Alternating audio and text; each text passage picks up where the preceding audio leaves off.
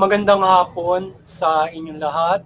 Muli po ito si Herbert Curia, author, promoter ng The Critics Promotion. Ang ating boses at konstruktibong kritisismo, opinyon, komentaryo at konsultasyon sa libro nito. Kakibat ang ating pananalig sa ating banal na Panginoon Diyos, banal na Panginoon Kristo, at kabayan ng Kaliwan ni Kaliban ng Santa Maria, ay hingil sa issue ng unprogrammed funds dapat alisin.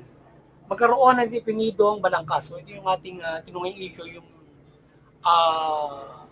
hinggil doon sa unprogrammed funds na isinali sa ating 2026 fiscal year 2026 budget ng ating bansa. Yan. Ang ipinasang national budget for fiscal year 2026 ay kasama na naman dito ang unprogrammed funds at pinalaki pa ng BICAM, nasa 243.4 billion at ang nabito dito ng Pangulo ay nasa 92 billion. Kaya dapat may 150 billion pa na unprogrammed funds. So yan yung binabatikos ng ating ilang mga kababayan babatas na yung unprogrammed fund hindi dapat ito ay hindi kasali sa ating budget, which is nung mga nakaraang pag-iimbestiga at patuloy na mag-iimbestiga dito sa mga budget natin o pagre-reforma ang gagawin, bakit isinali pa hindi ba noon ay gusto nang tanggalin yan? Ngayon yung ating mga babatas ay makulit, talaga isinali pa rin at sinasabi nila legal yung unprogrammed funds. Pero noong iniimbestigahan pa lamang yung flood control project, mga ghost project na yan, at iba't ibang mga insertions, ay binabatikos na yung mga unprogrammed fund, yung mga insertions, sa tanggalin. So ngayon ay may mga iba pa mga aligasyon na sinasabi na mayroong mga insertion pa rin ang budget ng 2026 at yung unprogrammed fund. So ngayon ay ito ay nais nilang hindi ito isama. Isinama pa rin ang ating mababatas at pinalaki. So ngayon, binito ngayon ni Pangulong Marcos 92 billion, may natira 150. So sabi ng ating ilang mambabatas, nag-petition na sila sa Korte, Supreme Court, para tutulan yung 150 billion pa na unprogrammed funds na kung saan nila dadalahin yun ng ating pamahalaan, kung saan ito ay vulnerable for corruption. So ngayon, ang ating mga kababayan at maging ilang mambabatas ay hindi nais na magkaroon ng unprogrammed funds dahil ito ay maaari lamang kurapin ng mga korap na opisyales ng pamahalaan, etc. etc. So ayon naman sa ilang mambabatas na ito ay ayon sa saligang batas, kung ito ay legal o ito rin daw ay safety net, di umano at hindi pork barrel o parang blanket na maaaring dalahin sa anumang proyekto. So yun, para sa ating mambabatas, yung pinag-uusapan noon na babaguhin, nire-reforma ng mga insertion program at program fund sa budget, ayan pa rin. Walang na-reforma, pinag-ibayo pa. So yun. So ngayon ay ang ating critics promotions ay marigis mo suporta sa mabuti pamamahala, patas na hustisya at karapatang pantao. Ngayon, sa isyong ito ng unprogrammed funds ay ang ating boses na unprogrammed fund dapat alisin. Magkaroon ng definidong balangkas yung ating pamahalaan o caption ng kasusid ng ating pamahalaan. So ating maring tinututulan ang unprogrammed fund o ito ating boses or ating opinion. At konstruktibo na para sa ating budget na siguro ito ay dapat ay hindi unprogrammed fund ang dapat na maging caption ito. So alisin yung unprogrammed fund, palitan ito ng definidong balangkas. So kung saan dapat alisin ito at magkaroon ng definidong balangkas, kung saan gagamitin ng pondo ng bayan. So ang mga ganitong item ay maaaring papuno ng korupsyon at hindi para sa tunay na paggagastahan ng pamahalaan. Nakagaya ng halimbawa, mayroon talagang definido na para ito sa pagpapagawa ng kalsada. So dapat ganoon. Bakit mayroong program fund? Dapat kung yan man ay buffer, kung yan man ay parang extraordinary, sinasabing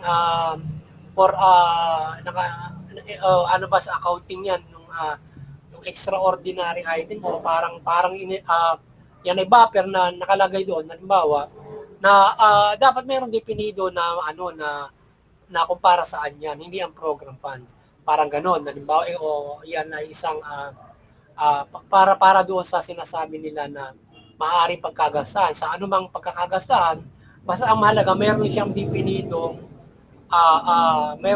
definite na caption, hindi ang program. Pero dapat kasi yung sinasabi natin na buffer, merong para sa may buffer, saan buffer? Para sa lahat ba? Buffer. So, ngayon, kung ganoon, buffer siya. Set siya para doon na parang doon gagastusin saan man yan, legal ba o hindi. Pero dapat sana dapat ay ang ating gawin ng ating pamahalaan, ating isa boses, kahit yung mamaya Pilipino, maging ilang mababatas, sa pamahalaan na ating isa boses ay walang ganyan sa pag-reform ng ating at boses natin sa kay Pangulong Marcos, maliwanagan siya ni Banda Santa Maria, Panginoon. Dapat mayroong reforma na walang ang program fund. Dapat may definite, may caption talaga na ito ay para sa gastusin ng health. Anong gastusin sa health? Para sa gamot, para sa hospital. Dapat ganoon. Hindi ang program, walang definite kung saan yan. Dapat lang yan definite. Hindi ang program yung pamagat o yung caption. Dapat for health buffer to o for ganon. Dapat ba may health buffer, ganon. Siguro yung pondo ng Department of Health meron ng buffer yun, di ba? Pamilit kumulang na kanilang budget at dapat hindi lalampas sa ganito ang kanilang mga buffer kasi nga kagaya yung buffer mo mataas yung 80 million na malversation habang buhay na pagkakulong na yun, di ba? So kaya dapat pag-isipan mabuti kung paano yung buffer din na yan, di ba? Na walang definido ng mga pagkakagastahan. Halimbawa, ay malaki pa, 150 million. Yung 80 million nga, habang buhay na pagkakakulong na, or iba pa, plunder, o iba pa, aside from the plunder na ilang daang milyon, siguro, o ilang bilyon. Pero kaya nga, dapat ay, para sa atin, ay hindi walang ang program fund na caption. Dapat mayroong definite caption siya na kung yung gagamitin mo as in buffer or parang naka-standby fund, bigyan mo ng magandang caption yan para may definito malalaman ng taong bayan o dapat ay ang gastusin ng pamahalaan ay pagkakaisa na meron talagang shoot na pagkakagastahan. Halimbawa, para ito sa mga libro ng mga estudyante. So, dapat ganoon lang. Hindi yung wala talagang di ba? Kahit mag-buffer ka dun sa Department of Education, malalaman at may na nababalik naman yun at the end of the year kapag magre-replenish ang tawag na liquidation ng kanilang pondo. So ngayon, ang mga gastusin ng pamahalaan dapat accounted or may detailed expenditures program at hindi ganyan walang definido paggagastahan. Sinasabi na ito ay safety net. Anong proyekto at bakit hindi ito particular na dito i-detalye? Sa caption pa na ang program pa inilagay, kung mayroong safety net at mayroong paglalagay talaga siya, bakit doon pinangalan yun talaga at hindi doon? So medyo hindi natin malaman kung mayroong maaaring nakatago na maaaring pwedeng pagkagasta. Sana ay dapat mayroong definite para ganoon. Yan, di ba? Para hindi siya mainit for the corruption na kung pwedeng bunutin yun para ilagay sa isang ganito, di ba? Pero wala naman na pagkakagastos. Okay?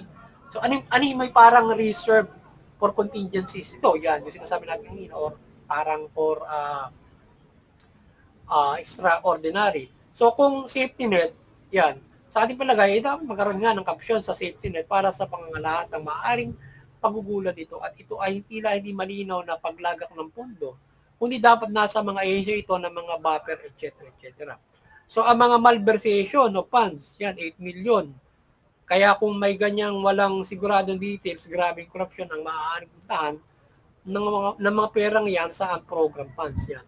Kaya dapat ay tignan mabuti, pag-aralang mabuti ng mga eksperto nating mga kababayan na tumitingin sa ganyang klase ng mga pamamalakad ng pamahalaan ay gawin ng ating pamahalaan. Ngayon, sa atin, hindi man tayo expert pero sa pangkalahatan sa ating paningin, ay mukhang ito ay may noon pa natin ibinibisa sa boses na reformahin yung mga ganyan na insertion ng program fund na maaaring bunutin ng isang korap para sa kanyang sariling kapakanan or kapakanan ng kanyang partido, whatsoever na kanyang pagkakakastahan. Di ba? Kung sino man ang available na pwedeng mabunot niyan para yan ang program fund na yan. Kung ang ino nakatuon.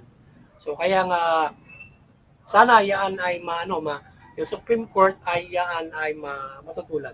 So nagsampa ng petition sa Korte Suprema ang ilang mambabatas para matutulan ito ang program na sana ay kasihan ng ating Korte Suprema yan. So ating boses sa SC matutulan ang program fund. Sa maliwanagan yung SC. Magpayar kayo ng batas para sa mga para kawawa ng 150 billion kung mauwi lang sa katiwalian yan. Ang daming kabuhayan na may ibigay or magandang proyekto na maaaring pagkukulan ng ating pamahalaan yung program fund. So yan. So marami yung mga lokal na pamahalaan, marami silang dapat na pagkukulan ng mga proyekto roon, mga barangay. Eh hindi nila papagkukulan, walang pondo. Okay. Tapos ito meron ganyan, program fund ganyan, para saan yan. Diba? Iwan man na naman ay bakit ayaw pansinin ng ating pamahalaan ang sinisigaw na Representative Libiste. Sa halip ay binabara siya ng ating pamahalaan at inaasahan natin ay ang ating pamahalaan ay naghahanap ng ebidensya laban sa korupsyon at katiwalian bakit hindi bigyan ng kaukulang pansin itong si Congressman Libiste. Bakit yung ating pamahalaan ang pagkakaalam natin humahanap sila ng ebidensya para lumabas yung katiwalian, malaman natin. Kahit dito sa bago pa, bakit ayaw nilang pansinin si Congressman Libiste na mayroon siyang mayroon siya nakuhang ebidensya mula kay secretary na sino ba yun, yung parang nag-suicide. So ngayon ay bakit ayaw siyang pansinin at imbestigan kung ano yun, isama sa investigasyon. Bakit binabatikos pa? Bigyan nila bigyan nila siya, bakit kinakalaban? Kung tayo naman natin laban sa korupsyon. Di ba? So mukhang hindi maganda yung naging reaksyon ng ating pamahalaan doon sa sinabi ni Congressman Libiste. So kaya kinakailangan ng investigasyon para maalaman nga kung siya yung nagkakamali at naimbestigahan, harapin niya yung dapat na parusa sa kanya o siya yung mali. Kasi nag-aaligid siya di ba? Nag-aaligid siya ng aligasyon. So, harapin niya kung ano dapat niyang harapin kung mali yung kanyang binubunganga, di ba? So, bigyan ng pagkakataon ng ating pamahalaan, imbestigahan. Kung mali, hindi harapin niya yung mali niya. Ngayon, kung tama, mas maganda dahil mabibis na yung mga kurap. Di ba? Kaya naghahanap man ng mga ebidensya, mayroong ebidensya yung tao. Sino pa pagkukunan ng buti siya may malakas loob ng paglabas niyan, di ba? Ayun. So bakit kinakailangan batikusin na siya ay may ebidensyang gano'n? Baka meron man tinatago para hindi harapin yung mga pinabatikos. Kahit anong bigat pa pinabatikos, di pa kaya nga patutunayan. O tinuturo niyang gano'n yun. Tunayan. Kung hindi parusahan si Libiste. Di ba? Hindi kung anong binabanat sa kanya kay Congressman Libiste or ito ay isang sarswela para lamang siya ay maaaring tatakbong senador ngayong darating na 2028. Pwede sila siguro. Pero sana ay tingnan mabuti rin. At kung ano man yung inyong aningas-ngas na yan tungkol dyan, kung ito ay dapat pagbigyan or not. Kasi iba yung nagiging yung kung ang dating kasi ay parang pinagtatakpan yung gobyerno, ayaw pansinin si Libiste. So dapat mapansinin kasi dapat open for evidence para sa investigation. Pero parang hindi sila open din sa evidence. Na kung saan ay dating open na isumbong sa pamahalaan ng mga ebidensya. Ito, mamabata na ito nagsusumbong di ba? Bakit ayaw pansinin? So ngayon ay yan at sana ay siya ay ating bigyan ng pansin ng ating pamahalaan. So dalangin natin na may maliwanagan ng ating Panginoon Diyos ang pamahalaan sa patas na budget. So yan. At muli ay sana ay tayo ay patuloy na muli maliwanagan ang sangkatauhan, maliwanagan ang sambayan ng Pilipino mula pamahalaan at mamamayang Pilipino na yung pamahalaan mabuti matuloy na binigyan ng tao, patas na hustisya at iwasin yung korupsyon, katiwalian at pang-abuso. Yung amin naman, iwasan yung paglaban sa pamahalaan, paglabag sa batas. Suportahan natin yung mabuting pamamahala, patas na justisya, karapatan ng pantao. Sabi, makapamumuhay tayo ng mapayapa, maunlad. Minsan lang, makakapanampalataya tayo doon sa ating mga manala Panginoon Diyos, mula Panginoon sa kulit, magkaroon tayo ng kaligtasan, spiritual at higit na magandang pamumuhay mula sa pagtupad ng kalooban ng Panginoon Diyos. Yan. At yan. So muli ay sana nakapagsubos na ng konstruktibong kritisismo at sa ating pagbabahagi dito sa The Critics Promote. At doon sa ibang glitch ng ating article, so sana inyong unawa, merong glitch tayo roon ng mga figure. So babaguhin ko na lamang yung ating figure ng ating The Critics. Kasi merong glitch, ngayon ko lang na-check sa ating pag-ano. So wala kasi ako na ibang pag-edit. So hindi ko siya na-edit masyado. So ayun. So may pasensya na kapag tayo merong glitch, pero hindi naman ito fake news, di ba? Ganun. So ito ay makatotohanan, merong glitch lang, typing error and clerical error lang. Pero na-include naman siya. So yun, magandang hapon sa inyo lahat at God bless.